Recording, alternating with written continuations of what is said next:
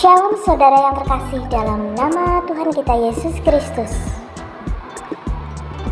Dalam Matius 4 ayat 17, bertobatlah sebab kerajaan surga sudah dekat. Seruan untuk bertobat adalah perkataan pertama yang disampaikan Tuhan Yesus pada saat ia mulai dalam pelayanannya di bumi. Berita tentang pertobatan ini diseru-serukan Yohanes Pembaptis di padang gurun Yudea di awal pelayanannya kepada umat Israel. Jadi hidup dalam pertobatan adalah kehendak Tuhan bagi semua orang, terlebih-lebih kita yang mengaku percaya kepadanya, sebab yang menjadi dasar pertobatan sejati adalah iman kita kepada Tuhan Yesus Kristus. Untuk menuju pertobatan sejati ada langkah-langkah yang harus kita perhatikan. Yang pertama, bahwa kita harus menyadari bahwa diri kita ini adalah orang berdosa. Ada banyak orang yang menganggap dirinya benar dan suci sehingga ia merasa bahwa dirinya tidak perlu bertobat. Pengakuan jujur sebagai orang berdosa yang memerlukan pengampunan dosa dari Tuhan Yesus adalah langkah awal pertobatan. Pengakuan kita adalah bukti bahwa kita mau merendahkan diri di hadapan Tuhan, sebab jika kita berkata bahwa kita tidak berdosa, maka kita menipu diri kita sendiri dan kebenaran tidak ada di dalam diri kita. Ini ada dalam Yohanes 1 ayat 8. Apabila kita mau datang kepada Tuhan Yesus dan mengakui dosa-dosa kita, maka dalam 1 Yohanes 1 ayat 9, maka ia adalah setia dan adil, sehingga ia akan mengampuni segala dosa kita dan menyucikan kita dari segala kejahatan.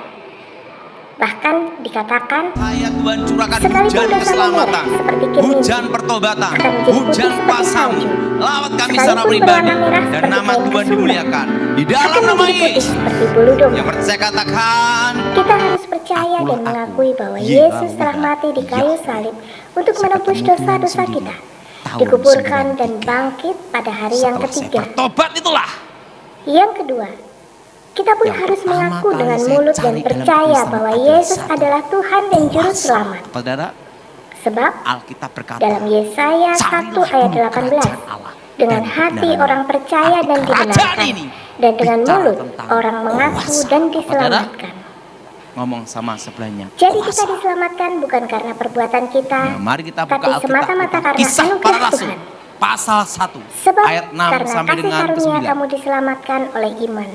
Itu bukan Kisah hasil para Rasul usahamu, pasal 1 tetapi pemberian ayat 6 Allah. sampai dengan Itu bukan ke-9. hasil pekerjaanmu. Saudara yang Jangan ganjil, ada saya orang genap. yang memegahkan Maka diri. bertanyalah mereka yang berkumpul di situ, Tuhan, maukah Engkau pada masa ini memulihkan kerajaan bagi Israel?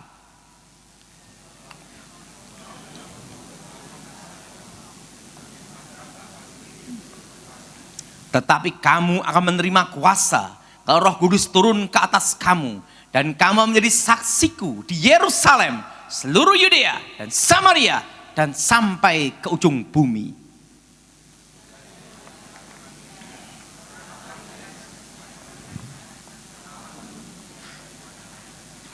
Kerajaan Allah didirikan berdasarkan 12 rasul. Berapa saudara?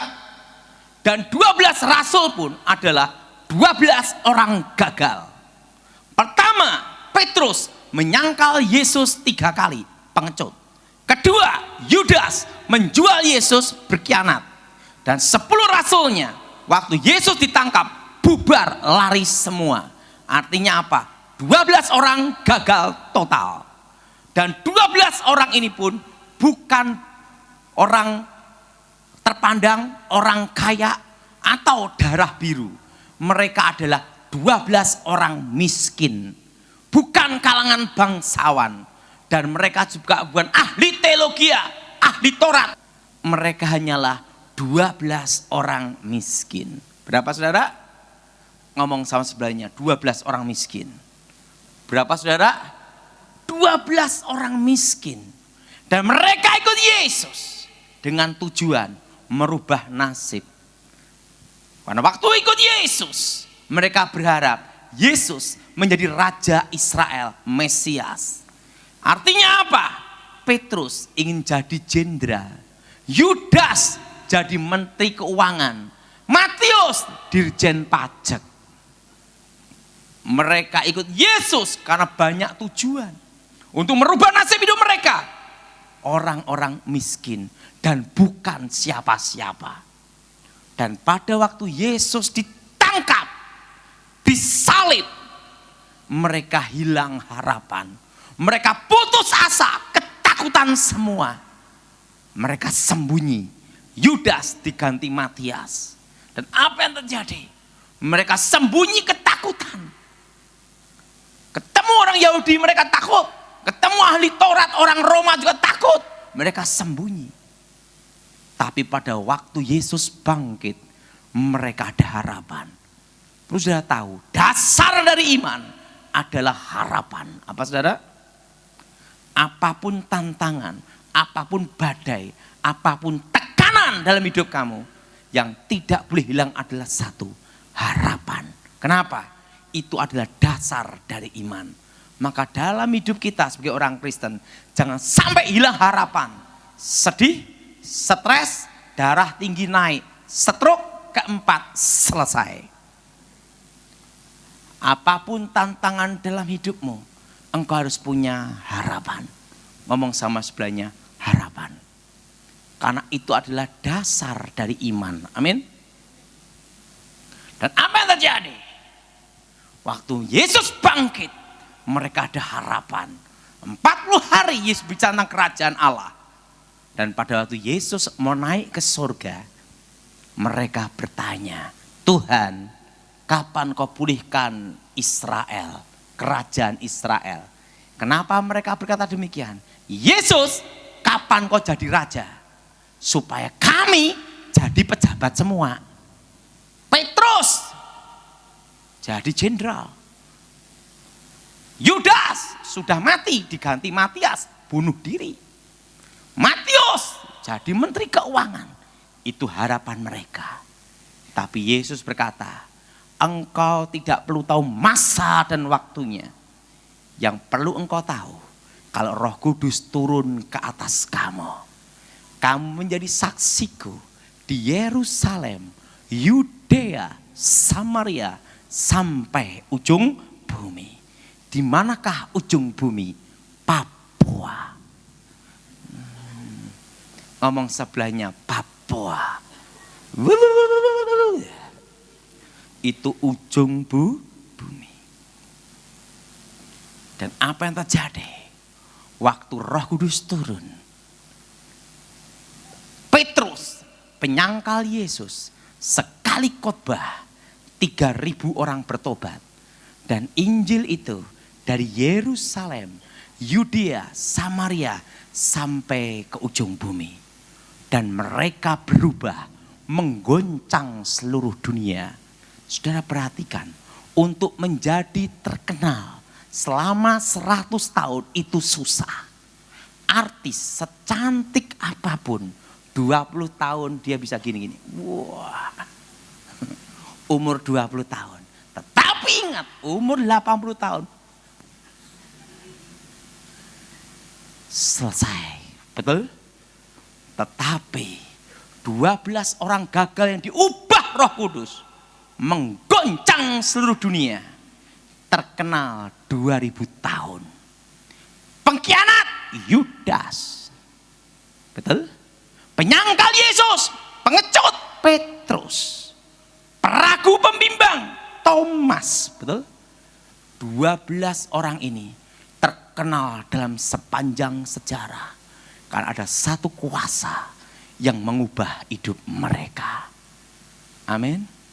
Saudara, waktu saya baru bertobat, pertama kali yang saya cari di kekristenan adalah satu, kuasa.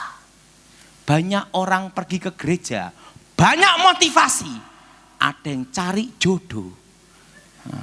Ada yang juga yang kedua, yaitu apa? Karena ditegur, dimarahi terus orang tua, daripada ribut ikut ke gereja. Begitu.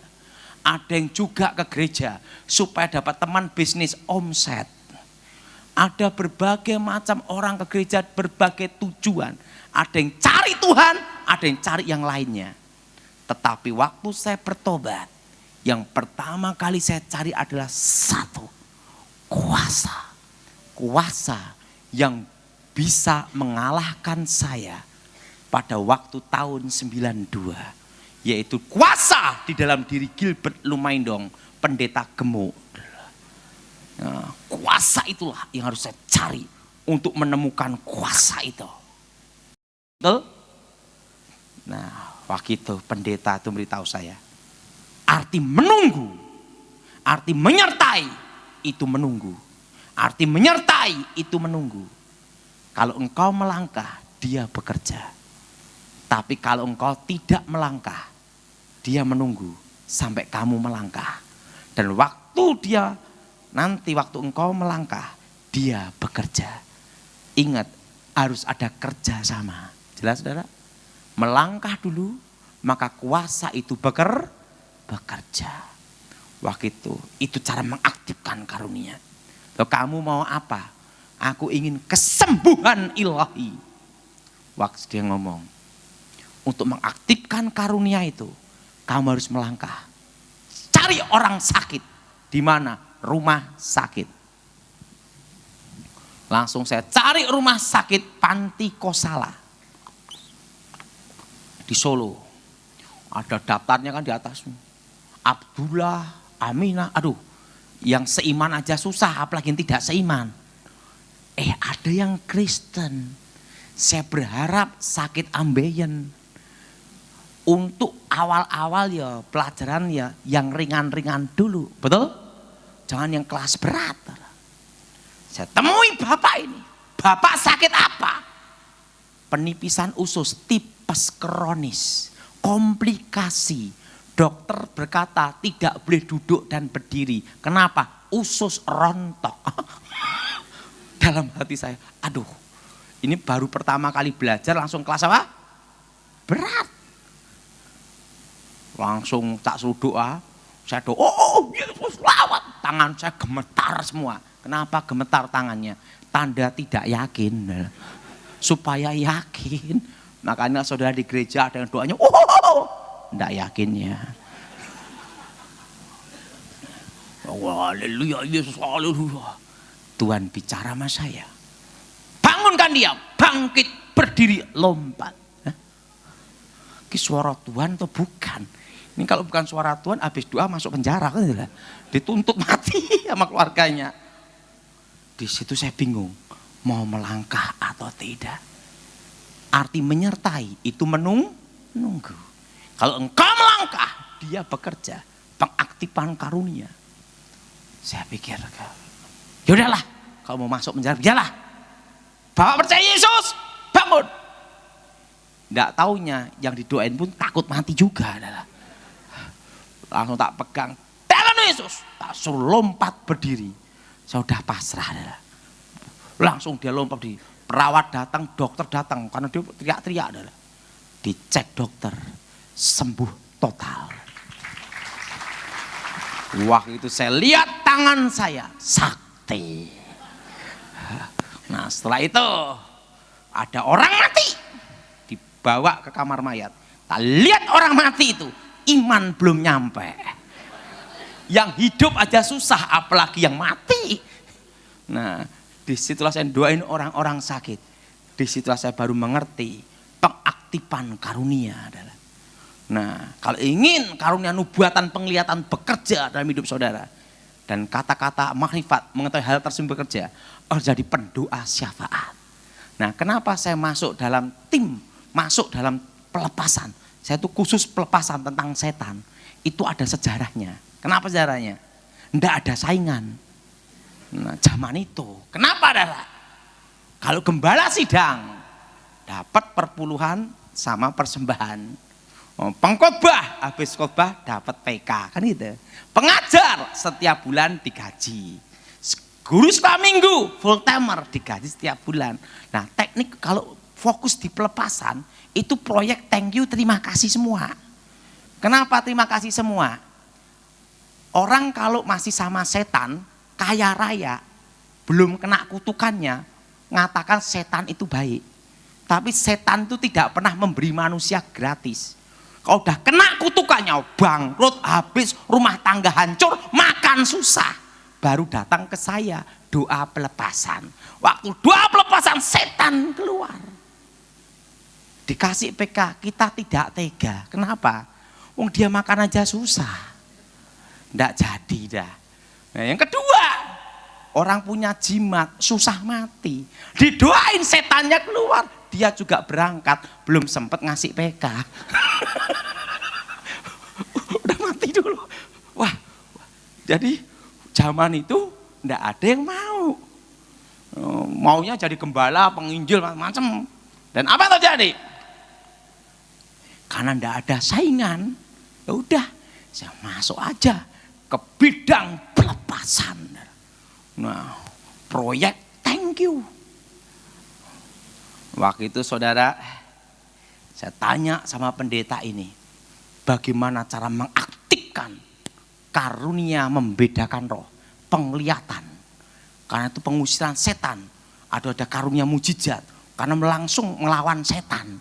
Jadi pelepasan itu udah taruhannya nyawa, proyek thank you udah. Waktu itu pendeta ini ngomong, kalau kamu memang betul-betul mau dalam bidang pelepasan, kamu harus aktifkan 9 karunia. Karena itu bidang pelepasan, itu bidang yang paling berbahaya. Perang langsung berhadapan dengan setan. Berarti 9 karunia harus aktif semua. Nah, caranya gimana? Cari orang kerasukan. Ini yang susah, karena apa? Nunggu setannya masuk, betul enggak? Langsung saya ada ide tempat KKR. Begitu ada yang kerasukan, langsung dari belakang langsung saya datang. Keluar! Gereja ini bingung, ini orang gila mana nyasar. Langsung nyusup ngusir. Saya cari orang-orang kerasukan. Pertama, 2, 3, 4, 5, 6, 7, 8. Waktu pertama, kedua biasa aja. Ketiga, keempat biasa aja. Waktu ke-8, karunia membedakan roh bekerja. Saya melihat roh-roh sekitar. Karunia penglihatan bekerja. Ada jimat di dompet seseorang. Kata-kata makrifat. 9 karunia itu baru aktif pada waktu saya mendoakan yang ke-8, ke-9, ke-10, seterusnya. Jadi karunia itu harus diaktifkan. Harus melangkah dulu. Amin. Amin. Dan kuasa itu bukan hanya membantu dalam pelayanan atau mengurapi dalam pelayanan, tapi juga bisa mengubah nasib dan masa depan. Mengubah apa, saudara? Nasib dan apa? Ingat, 12 orang miskin ini menjadi terkenal dalam sepanjang sejarah karena ada kuasa yang mengubah. Waktu saya mau wisuda, saya dipanggil sama rektor. Daud, ada apa? Sebenarnya kamu tidak lulus. Hah? Nilai kamu semua di bawah 5. Tetapi guru-guru kamu sepakat kamu harus lulus. Kenapa? Mereka tidak mau ketemu kamu lagi. Setelah itu, tetapi kamu tidak boleh meneruskan sekolah tinggi teologi ya. Kamu hanya sekolah Alkitab. Jadi saya sekolah Alkitab setingkat SMA. Kenapa? Karena kamu murid paling goblok. Ya udah. Saya diwisuda. Lulus ke Alkitab, ranking 4, murid tinggal 4. Apa yang terjadi? Papa saya tidak datang. Mama saya tidak datang, adik saya tidak datang, kakak saya tidak datang. Saya pulang naik angkot di rumah sendiri. Apa yang terjadi? Papa saya dipecat, adik dipecat, kakak dipecat. 1 hari dipecat rame-rame. Di situ saya bingung. Kalau saya stres, 1 keluarga gila, harus ada 1 yang bangkit. Saya berdoa, Tuhan, apa yang harus aku lakukan? Tuhan bicara, apa yang di tanganmu lakukan dengan setia. Ada plastik bekas gula di tangan saya. Tuhan, apakah aku mau jadi pemulung? Sang Tuhan beritahu, dengan tanda salib inilah engkau akan menang. Terang. Saya nemui mama saya, kadang sekitar kita tidak mendukung kita. Tapi kuasa itu setia menyertai. Nah, saya ngomong sama Tuhan, Tuhan, pakailah aku. Tangan saya gerak semua. Mulut saya langsung berbahasa roh. Dan ada aliran listrik. Krung, krung, krung. Nah, setelah itu saya turun dari tempat itu. Di situ saya baru mengerti. Kuasa itu bukan hanya mengubah hidupmu, tapi juga bisa mengubah nasibmu. Masa depan yang indah. Percaya kepada Tuhan Yesus berarti menyerahkan segenap hidup ini kepadanya. Tuhan Yesus memberkati kita semua.